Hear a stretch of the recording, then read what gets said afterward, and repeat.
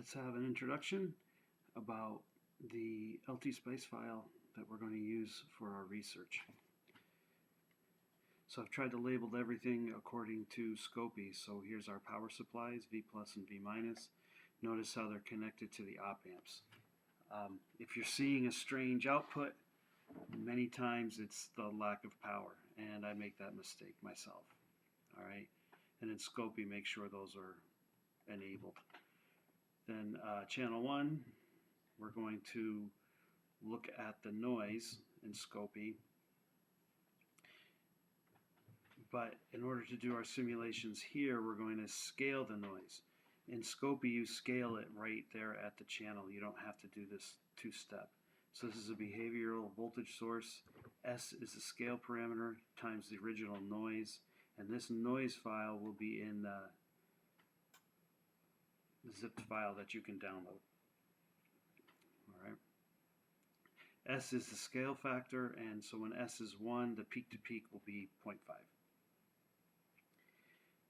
A is the amplitude of the forcing function, and we're going to measure W2, or we're going to input W2. We don't really need to measure it.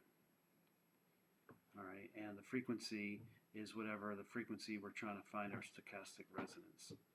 These values here try to ensure the highest numerical accuracy. Now, in order to process all this in Python, we want to save the data. So the first thing we're going to save is the out from here, which is the signal that's modified scaled noise without a sine wave forcing function. This would be the plot that we're ultimately trying to get. There's no peak showing that there's a sine wave. All right. This in simulation, it's just we can do these at the same time and take the ratio to get the signal to noise ratio. In Scopy, you have to turn it off and on. This is the circuit that you'll actually build, right? And then just we have these notes, right? These are relative paths, so it should work wherever you put it. Let's see. These aren't really required for Scopy, but I mean for LTspice, but just to help you keep track of where everything is. So, as is, this should be the results you get. All right. Here's our scaled noise. Here's the forcing sine wave function. Here's V out, which is what the Schmidt trigger behaves like without the addition of the sine wave. And then here's with the addition of the sine wave. Now, yep, you can go and if you want to know the RMS of the scaled noise, you can control left click right on that and it'll tell you 2, 3, 4. However, this Python code is in that directory as well. The thing is though, is you will have to change these directories, otherwise it won't work. In Windows you can kind of copy his path and then just paste it in there. Alright. R makes sure that it can handle the Windows backslash. Alright. It doesn't hurt to have it there. Alright. But we're going to use some SciPy signals, the I/O, that's how we read in these wave files. The wave files are necessary because LTspice won't save things in an even time step. But when you save it to the waveform here, but when you save it to a file as a wave at 100 kilohertz sample rate, that's your time step and it's even. So it makes it a lot easier. And SciPy has, so it reads in two things. This is the sampling frequency and then the actual data. So the first one is, this is without the forcing function. This is with the forcing function. We also need the scaled noise, and then you need this original noise to know how much it was scaled by. And so there's a scale factor on the noise where you find the absolute value of the scaled noise versus the original noise. You have to do this because the waveform comes in as integers and it doesn't And so right here we can find out essentially what was the original scale factor, because that scale factor determines what the RMS is. And so theta we'll call the RMS, which is just the square root of the mean of the square. And because there's really no frequency component, it doesn't matter the period as long as you just integrate or find the mean of the whole thing. So it'll print out that, it'll print out the scale factor, right?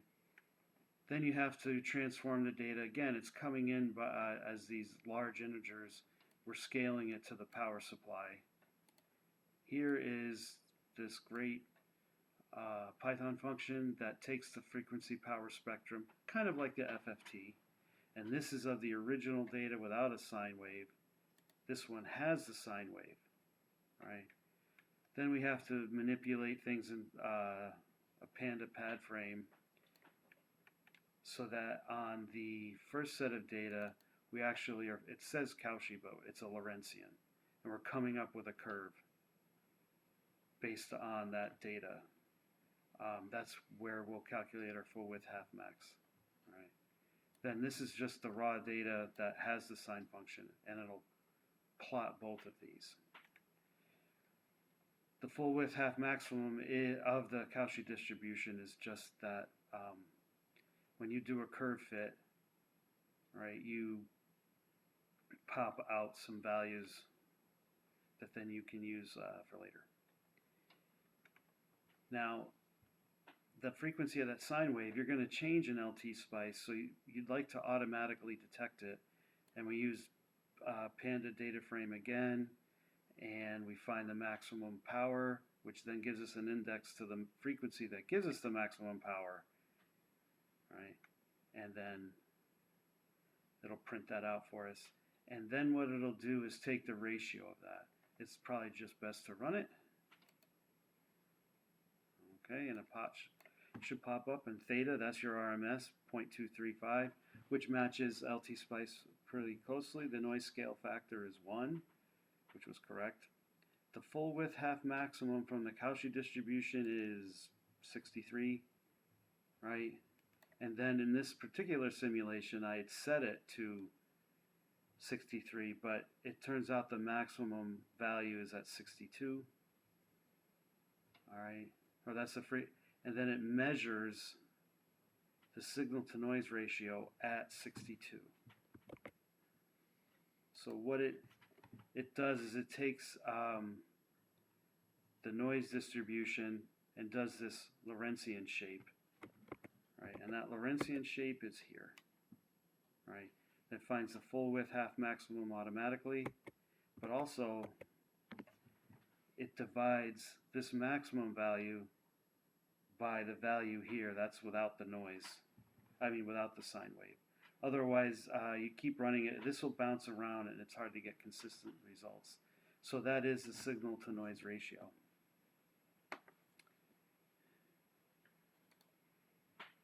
All right, which is there. So if I wanted to, can I get a better signal to noise ratio by increasing the amplitude? Well, I'd change it here and rerun it. If I want to change the RMS value, right, I change the scale factor and rerun it. And what you can do is, by changing the scale factor, you're changing the RMS, right, and you can keep plotting that, right.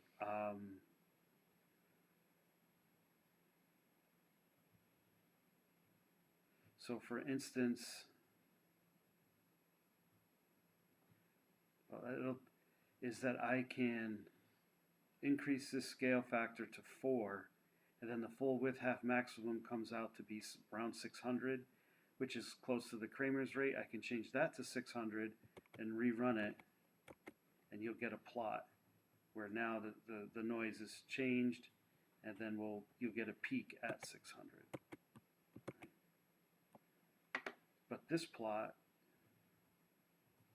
is similar to these two. So here's the original noise, and you start with a small amplitude, then a large amplitude, and you get a large signal to noise ratio. And then here, you're changing the RMS and measuring the signal to noise ratio at different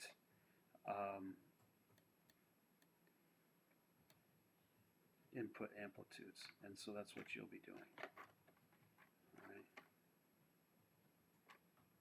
But this curve, you can just run this LTspice and just changing the scale factor and coming up with, and then rerunning the Python and coming up with a plot of scale factors versus RMS, and then you can do that with the plot, the final plot. All right. Now that's all theoretical.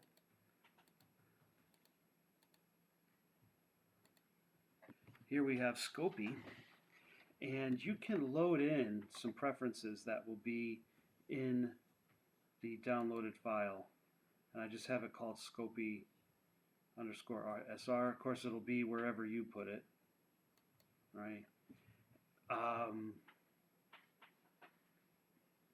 Most importantly, here's the 5-volt power supplies, which you have to enable, right?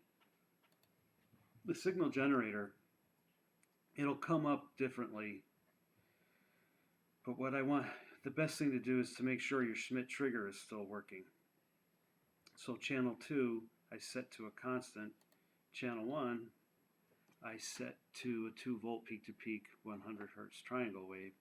Then I look at the oscilloscope. Right, I plotted an XY, and you can see that the hysteresis width is about 1 volt. This is pretty good. All right. Just for laughs, you can switch to dots, and you can see dots. Now you know your Schmidt trigger is working, and just the sine forcing function has to be within this range. Otherwise, it's not really stochastic resonance. The sine wave is just tripping it all on its own. All right. Now let's see what it looks like with stochastic resonance. So go back to the signal generator, and for channel 1, this is where our noise is coming in. Now it'll probably come up with this file, which is actually mine. You'll have to click load, and then it's a wave file, so click here for waveform, and then click on just noise, right? Of course, it'll be in a different location. Now here, this is like the scale factor. 1 volts time is the peak-to-peak here, which is our original thing. So a scale factor of 2 would give a different RMS. A scale factor of 5 would give a different RMS. And you can do different steps. I'm just being lazy, right? I can put 2.1, things like that. Let's go back to 1. All right, so that's the noise there. And then on channel 2, let's do a forcing function, 0.2 volts, peak to peak. So actually, amplitude in LTspice, right, you got to multiply that by 2 to get the peak to peak. All right, so that should be 400. Okay, and we can go back to the oscilloscope, and you can see now things look a little bit random, and you can see the transitions are random, and the dots look, let's say, more fun. All right, let's now look at the spectrum analyzer. You have to click run, and it can take a while to start calculating, right? And what I've done is I've clicked on marker and then typed in where I want it to measure, which is 63. And then that, it might be hard to see, but I'm getting at 62, I'm getting 1 volt VRMS. And so then you write that down. Right now, in order, if you're not quite getting the right sweep, you have to go to sweep, and I'm stopping at going from 1 hertz to 5 kilohertz, and my scale is 0 to 4 RMS. To change those units, that's where you would do that. Now again, this should be set up, but if it's not, well, you can figure that out. So now I have 1 volt VRMS. So what is the signal to noise ratio? Well, I have to find out what it is without the sine wave. I go back to the signal generator, click on channel 2,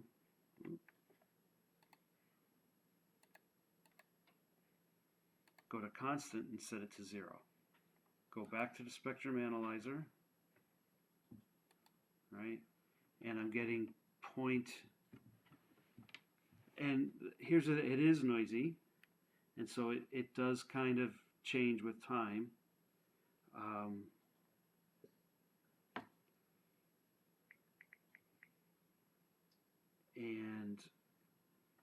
But it seems to be about 0.1. What you can do is just write down 3 measurements every 10 seconds and take the average, right? And so let's pretend the average was 0.1. And so 1 volt divided by 0.1 is 10, and so your signal to noise ratio would be 10. And where would that show up?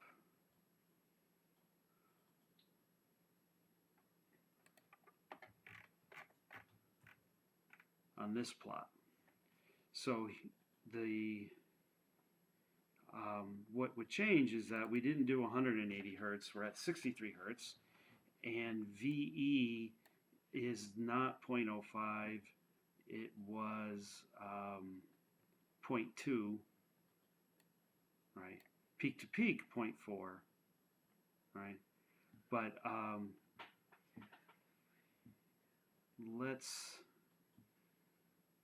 and the theta value is actually, because I hadn't changed it yet, is 0.23. So this is a different Schmidt trigger with different points, right? So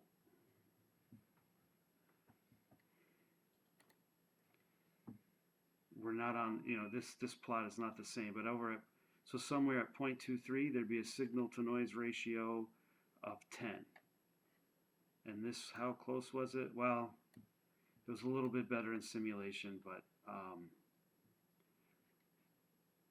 that's okay. And so what one would do is just keep it fixed, right? And then just change the noise, right, by changing the scale factor, measure the signal to noise ratio, and then plot it. And what one can is one team member can do this curve, one can do that, one can do that. That way we can split it up, because you're basically going back and forth.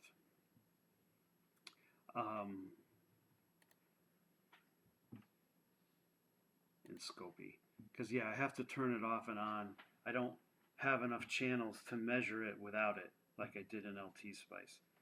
LTspice, I just did it. Here's without, here's with, and I'm just taking the signal to noise ratio. I have to kind of turn it off and on in Scopy. But that's pretty much what you'll be doing. I'll have a little more detail, but that's the big picture.